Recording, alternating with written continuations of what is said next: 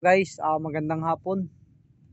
Siyempre for today's video, dito tayo ngayon sa BM from Puerto Princesa with love. Ayan, dito kami ngayon dahil nangisda kami. Yung gamit yung lambat. Bali 3 bangka kami guys. Yung ibang kong kasama nag-area doon sila banda. Sabay yung iba naman doon. So ako nga pala, nagbabad ako ng lambat. Yan yung buya ko. Tapos yung kabila doon, hinarang ko siya para yung isda na bababa, yun, matatrap niya.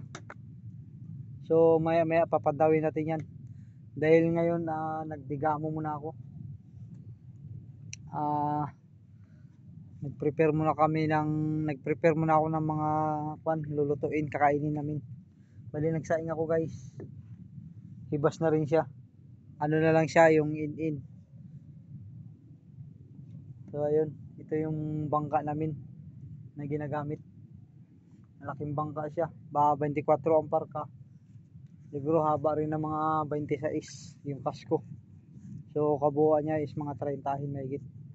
So ayun, may iba tayong kasama dito.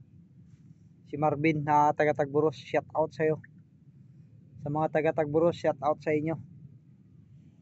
Magkikita-kita tayo dito sa mga darating na ibang buwan, sa mga buwan ng amihan. So ayun. Kanina guys, ang lakas ng habagat kasi nga may bagyo. Bagyo ito.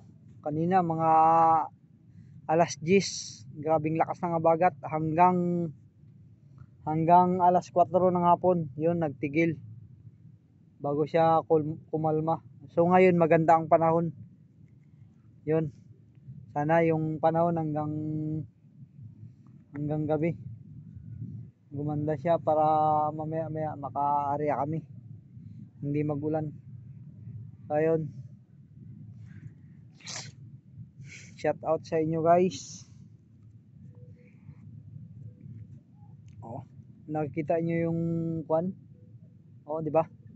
Lusay. Kalusayan siya. Bali doon sa part na yun, doon yung batuhan. So yun guys, yung kung makikita nyo sa parting dito, yan yung maraming isla.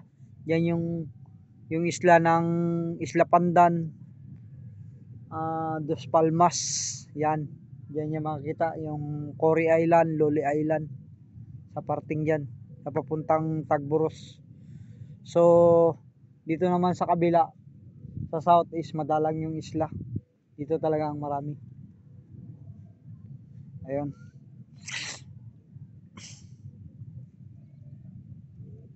Ayun, dandaan lang tayo dahil madulas din yung na ito, bangka. Kasi nga umulan kanina is basa siya. Ayun, hapon na. Maya prepare na tayo ng mga kuha natin gagamitin para mangisda. Yung mga sipaw, yun, mga sagwan. Tapos kailangan din natin ng gloves. So yun guys, salamat sa inyo. Bye bye.